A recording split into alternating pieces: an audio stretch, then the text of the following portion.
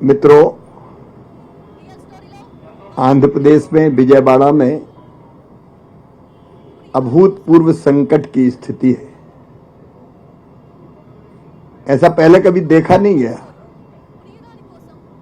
एक साथ 400 मिलीमीटर बारिश और उसके कारण जल प्रलय की स्थिति उत्पन्न हुई। बुडमेरू में कई ब्रीच हो जाने के कारण और अनपेक्षित पानी आने के कारण विजयवाड़ा में पानी भरा हुआ है। अभूतपूर्व संकट की स्थिति है। लेकिन मैं आंध्र प्रदेश के मुख्यमंत्री और देश के सम्मानीय नेता श्रीमान चंद्रबाबू नायडू गारू जी को इस बात के लिए धन्यवाद दूंगा कि वो और उनकी पूरी टीम 24/7 यहीं उनका सेक्रेटरिएट बना लिया कलेक्ट्रेट को और 24 घंटे काम कर रहे हैं। जब से ये संकट की स्थिति पैदा हुई, प्रदेश की सरकार ने सीएम साहब के नेतृत्व में दिन और रात काम किया और केंद्र ने भरपूर सहयोग किया। एनडीआरएफ की टीमें यहां काम कर रही है लगातार। एयरफोर्स के, नौसेना के हेलीकॉप्टर्स जितने मांगे गए, केंद्र सरकार ने, प्रधानमंत्री जी ने, होम मिनिस्टर साहब ने उनको भेजने का काम किया और दिन और रात राज्य सरकार के साथ मिलकर संकट की स्थिति से जनता को निकालने का प्रयास किया। और इसलिए इतने भयानक जल प्रलय के बाद भी ह्यूमन लॉस, मानव जीवन का नुकसान बहुत न्यूनतम हुआ है। अगर सरकार इतनी दक्षता से काम नहीं करती तो यह स्थिति बहुत भयावह हो जाती। अब तत्काल जो सवाल सामने है, जैसे कि सम्मानी बाबू बता रहे थे आपको, कुछ शॉर्ट टर्म प्लानिंग करनी पड़ेगी। आज मैं विजयवाड़ा शहर में पानी में भी उतर के घूमा, हमारे स्थानीय केंद्रीय मंत्री, हमारे स्थानीय आईटी मिनिस्टर, एमएलए, एमपी के साथ, और मुझे इस बात का संतोष है कि प्रशासन के हर एक डिपार्टमेंट के साथ यहां के हमारे जनप्रतिनिधि काम में लगे हुए हैं। एमपी, एमएलए, मिनिस्टर्स, और अलग अलग वार्ड को एक एक जिम्मेदार आईएएस अफसर के हवाले किया गया है। मैंने लोगों से जाके चर्चा की तो तकलीफ तो है, 5 दिन हो गए पानी भरे हुए, लेकिन बावजूद इसके चाहे फूड पैकेट्स हो, दूध का, मिल्क का इंतजाम हो, पीने का पानी हो, ड्रोन से पहली बार सद आंध्र प्रदेश में आपके लीडरशिप में यह प्रयोग हुआ है। ड्रोन से फूड पैकेट्स, मिल्क पैकेट्स ये ड्रॉप किए गए, लोगों तक पहुंचाने का प्रयास किया गया है और लोगों ने बताया कि मिल रहा है उनको। और एक टीम लगातार फोन करके पूछ रही है, जिसकी मॉनिटरिंग स्वयं चीफ मिनिस्टर साहब कर रहे हैं। तो लोगों की संतुष्टि का स्तर कि हमको मिल रहा है वो बहुत ऊंचा है। लेकिन संकट तो अभूतपूर्व है। जहां से पानी निकल गया है वहां युद्ध स्तर पर सैनिटेशन का काम, जो घरों के अंदर मलबा है, मड है, उसको साफ करने का काम, पानी से धोने का काम भी लगातार हो रहा है। पशु मारे गए तो एनिमल हस्बेंड्री की टीम भी लगातार काम कर रही है।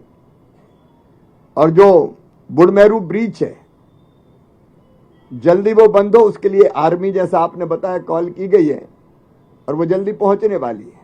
क्योंकि उस पानी का, जब तक वो पानी बंद नहीं होगा तो ये संकट यहां बना रहेगा और कुछ प्रश्नों पे और विचार करना पड़ेगा।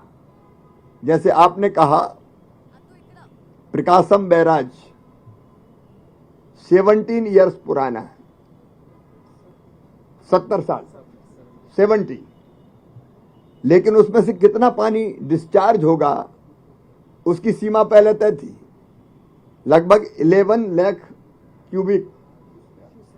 क्यूसिक 11.9, लेकिन 12 लाख के ऊपर पानी एक साथ आ गया। मैंने टकराई हुई बोट देखी, वो तो बड़े संकट से बच गए।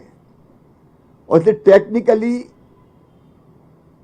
इस डिस्चार्ज को कैसे बढ़ाया जाए, उसके लिए हमारे होम मिनिस्टर श्रीमान अमित शाह जी ने आपने मांगी, टीम भी भेजी है।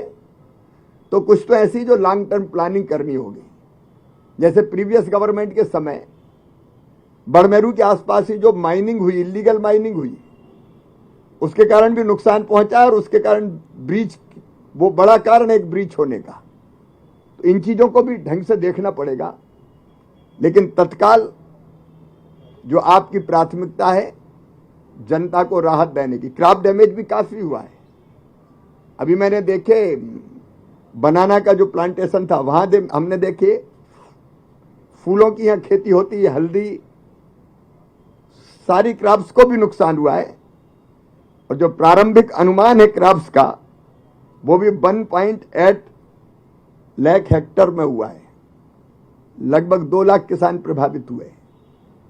लेकिन क्षति के आकलन के लिए हमारे गृह मंत्री अमित शाह जी ने एनडीआरएफ की टीम भेजी है।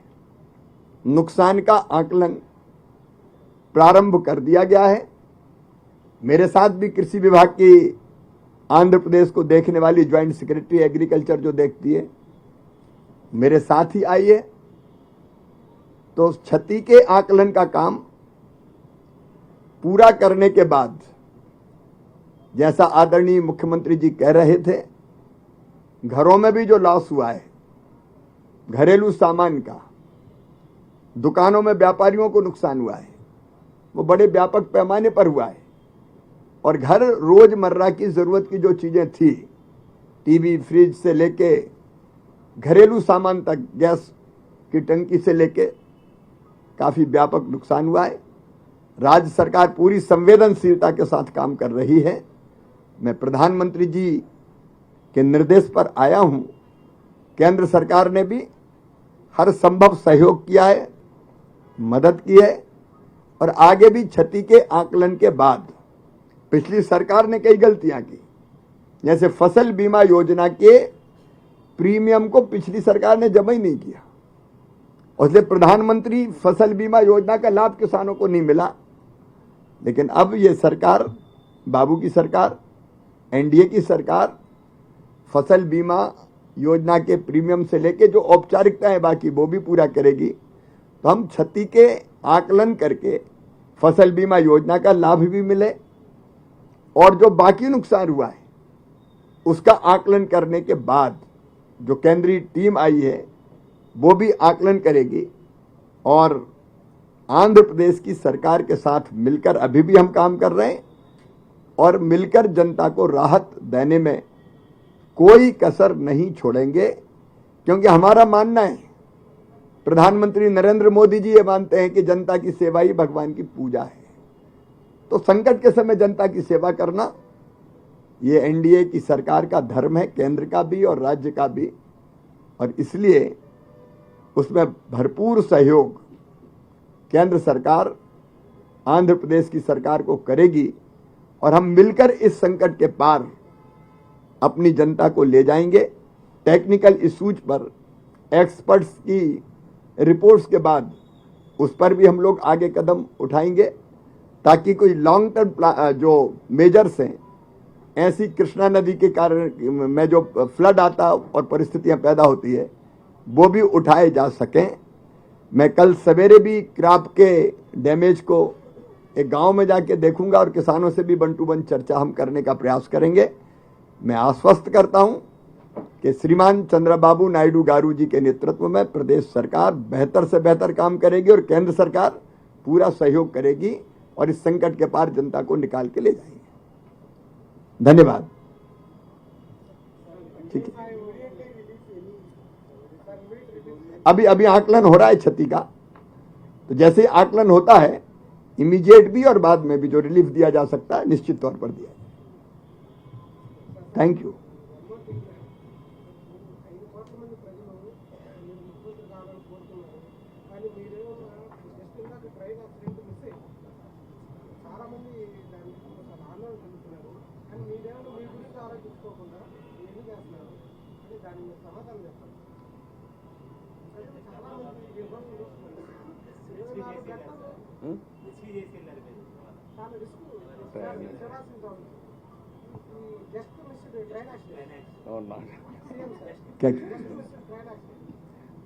I was watching one canal.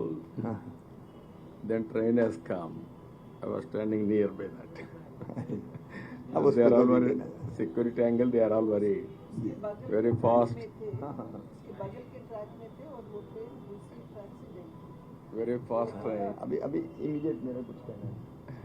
Sir under water जाता है, अंडर हिली फ्लड आता है, ऊपर से ट्रेन आता है, वो बीच में साफ है. उसमें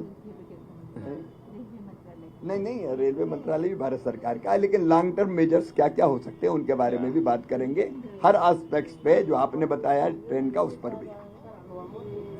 ऊपर से देख रहे हो, regularly affected, sir. Krishna and Godavari districts are also regularly affected. Heavy rains.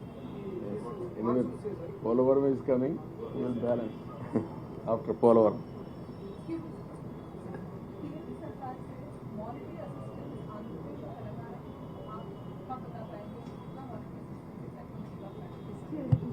मैंने आपको बताया कि एक बार डैमेज का पूरा आकलन हो जाए, राज्य सरकार भी अपना प्रतिवेदन देगी और उसके बाद केंद्र सरकार तय करेगी.